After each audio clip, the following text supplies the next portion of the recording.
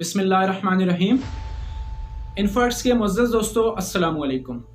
दोस्तों, आज हम बात करेंगे सल्तनत उस्मानिया कैसे टूटी, उसके टूटने की वजूहात क्या बनी, और एक मुआहिदा लौज़ान जो तुर्की, जापान, जर्मनी और इसके जो मुकाबिल थे, जो अलाइड भी कहा जाता था जिनको, बरतानिया, अमेरिका और फ्रांस।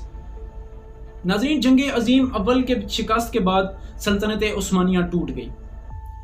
नाज़रीन, जब 600 साल हुकूमत करने के बाद सल्तनत उस्मानिया टूटी, उसकी मुख्तलिफ वजूहात बनी। सबसे पहले तो मैं आपको इसका बैकग्राउंड बताता चलूँ।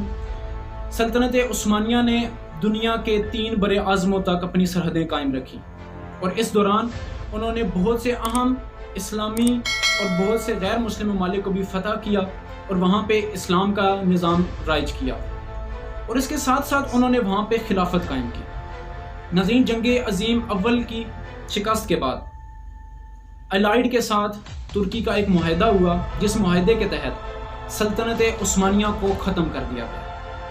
न सिर्फ सल्तनत उस्मानिया को ख़त्म किया गया, बल्कि सल्तनत उस्मानिया के जानशीनों और इनके हामियों को भी कत्ल किया गया, और इनकी दौलत इकट्ठी की गई और इनको लूटा गया और इनको बहुत ज़्यादा नुकसान पहुंचाया गया।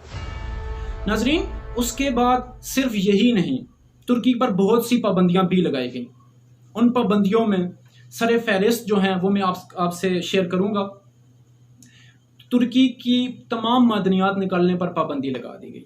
तुर्की अपनी ज़मीन से कोई तेल नहीं निकाल सकेगा।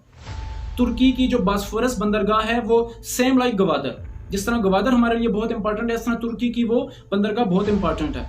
यहाँ पे हम मशरक़ वुस्ता से आने वाली तिजारत को कंट्रोल करेंगे, और वहाँ से वो यूरोप की तमाम तिजारत को बास्फोरस बंदरगाह कंट्रोल किया करती थी। उस बंदरगाह को टैक्स फ्री ट्रेडिंग करार दे दिया गया। वहाँ पे जो भी तिजारत आएगी जाएगी, जो बैरी बेड़े आएंगे जाएंगे, उनकी तिजारत को टैक्स फ्री करार दे दिया गया। तुर्की 100 सालों से, 97 सालों से तुर्की उधर कोई टैक्स नहीं ले रहा। नाज़रीन, अब सवाल ये पैदा होता है कि इन 100 सालों के मुआहिदे के ख़त्म हो जाने के बाद तुर्की क्या करेगा। नाज़रीन, मैं आपको थोड़ी सी इस चीज़ पे भी रोशनी डालूंगा। आपको मालूम होगा कि तुर्की में सेकुलर निज़ाम राइज किया गया। तुर्की में मसाजिद में अजानें देना बंद कर दी गई, और उनके अंदर से जज्बा ईमानी को ख़त्म कर दिया गया। और तुर्की आने वाले पिछले जो गुजर गए हैं 97 साल, इन 97 सालों से तुर्की एक सेकुलर रियासत के तौर पर दुनिया के सामने मौजूद है। नाज़रीन, 100 सालों बाद तुर्की क्या करने जा रहा है? रजब तैयब उर्दगान, जो कि इस्लामी दुनिया का एक अजीम लीडर है, रजब तैयब उर्दगान अगले आने वाले 100 सालों में क्या करने जा रहा है?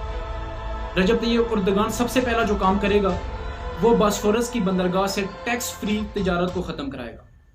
इसके बाद वो अपनी ज़मीनों से तेल निकालेंगे, और उसको न सिर्फ अपनी ज़रूरियात के मुताबिक इस्तेमाल करेंगे, बल्कि एक्सपोर्ट करने के काबिल भी हो जाएंगे। याद रहे कि तुर्की के पास वसी मादनियात मौजूद हैं।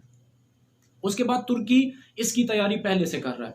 नाज़रीन, आपने यकीनन अर्तगल गाजी ड्रामा सीरियल देखा होगा, जो कि आजकल पाकिस्तान की नेशनल टीवी पे भी चल रहा है।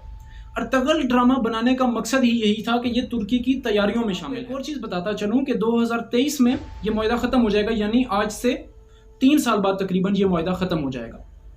उसके बाद तुर्की को जो सेकुलर रियासत बनाया गया, तुर्की उस सेकुलर रियासत को हटा के खिलाफत कायम करने की कोशिश करेगा। इसके लिए उसने बहुत से इस्लामी ममालिक के साथ भी अपनी कोलैबोरेशन की है, और उनके साथ बहुत सी तिजारत भी की है।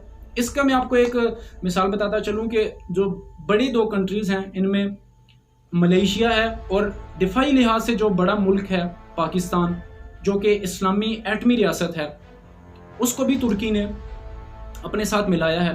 और इसके साथ साथ तुर्की और तैयारियां जो करने जा रहा है, वो मुख्तलिफ बड़ी कुव्वतों के, जो इस्लाम के अलावा भी जो बड़ी कुव्वतें हैं, उनके साथ तुर्की अपने राब्ते इस्तवार कर रहा है, अपने ताल्लुकात को बेहतर कर रहा है। नाज़रीन, एक और चीज़ आपको बताता कि एक ऐसा मुल्क है, ऐसा इस्लामी मुल्क है जो अपने तमाम मुसलमान भाइयों की खातिर बोलता है।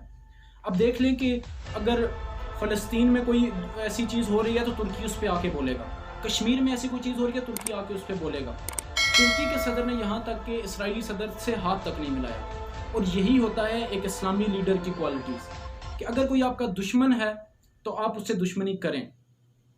तुर्की मुसलमानों को بیدار کرنے کے لیے، تمام مسلم امہ کو بیدار کرنے کے لیے مختلف قسم کے ڈرامے اور فلمیں مختلف سلطانوں پہ ارطغرل غازی عثمان بنانے کی کوشش کر رہا ہے اور بنا بھی رہا ہے۔